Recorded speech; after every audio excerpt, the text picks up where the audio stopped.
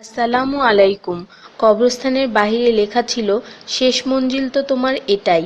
আসতে না আসতেই তো জীবনটা কেটে গেল। কি পেলে তুমি এই দুনিয়া থেকে? কিছুই না। দেখতে দেখতে সবাই তোমাকে ছেড়ে চলে গেল। কবরের ডাক। তুমি কি কখনো আমায় মনে করেছিলে? তাহলে শুনো, আমার মধ্যে গহীন অন্ধকার, নামাজের আলো সাথে নিয়ে এসো। আমার মধ্যে অস্বস্তি বিদ্যমান, তাই কোরআন তেলাওয়াত সাথে নিয়ে এসো। আমার মধ্যে আছে বিষাক্ত পোকামাকড়, সাপ বিচ্ছু, তাই সাথে করে রাসূল সাল্লাল্লাহু ও আহলে বায়তের প্রেম নিয়ে এসো। আমার মধ্যে আছে আগুন, তাই খোদাভীতির শীতল পানি নিয়ে এসো। মেসেজটি নিজের মোবাইলে সংরক্ষিত কন্টাক্টে সব মুসলিম ভাই বোনদের সেন্ড করুন। কে জানে, হয়তো কেউ আমল করাতে আপনারও গুনাহ মাফ হয়ে যেতে পারে। ঈমানের পর যার নামাজ উত্তম তার জীবন উত্তম, যার জীবন উত্তম তার মৃত্যু উত্তম, যার মৃত্যু উত্তম তার কবর উত্তম, যার কবর উত্তম তার আখিরাত উত্তম, যার আখিরাত উত্তম তার জন্য জান্নাত নিশ্চিত। সো ডোন্ট মিস নামাজ।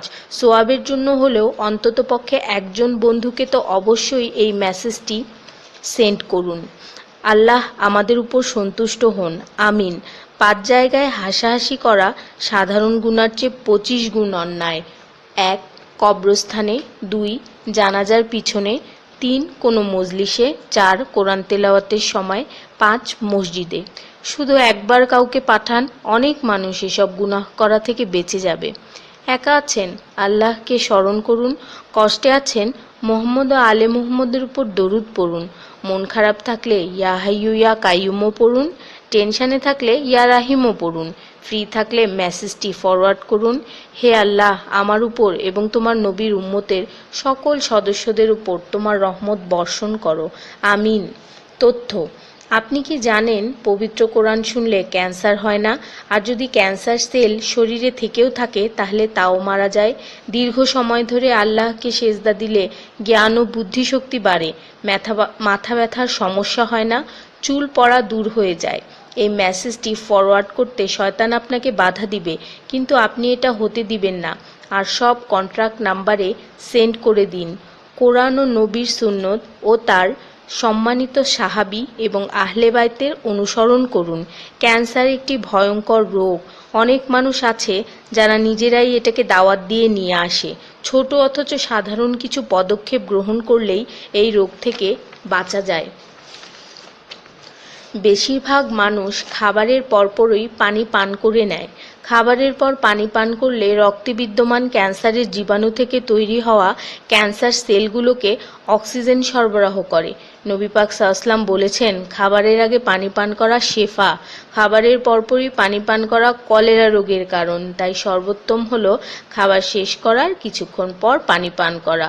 তিনি আরও বলেছেন, 1 চিমটি লবণ খেয়ে খাবার শুরু করো আর 1 চিমটি লবণ দিয়ে খাবার শেষ করো। এ কথাগুলো তাদেরকেও জানিয়ে দিন যারা আপনার কাছে জীবনের চেয়েও প্রিয়। যদি কোনো ব্যক্তি ঘুমানোর সময় 21 বার বিসমিল্লাহির রহমানির রহিম পড়ে, আল্লাহ তখন ফেরেশতাদেরকে হুকুম দেন এই ব্যক্তির প্রতিটি নিঃশ্বাসের বদলে নেকি লেখা হোক।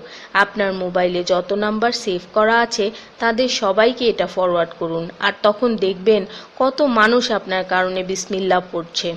শেফা আর শেফা। রোজ একটা করে আপেল, নো ডক্টর। রোজ 4টা বাদাম, নো ক্যান্সার। রোজ একটা লেবু, নো ফ্যাট। রোজ 1 glass milk, no bones problem. রোজ 12 গ্লাস পানি, নো স্কিন প্রবলেম। রোজ 4টা খেজুর, নো উইকনেস। রোজ 5 ওয়াক্ত নামাজ, নো টেনশন। রোজ কোরআন অর্থসহ তেলাওয়াত, happy and happy. So don't stop forward please. স্কিনের জন্য অজুর পানি, হার্টের জন্য কোরআন তেলাওয়াত, স্বাস্থ্যের জন্য নামাজ, আর খুশি থাকার জন্য আল্লাহর জিকির করুন। জেনে রাখবেন, ভালো কথা প্রচার করা সৎকার সমতুল্য, সাথে 30 লাখ নেকি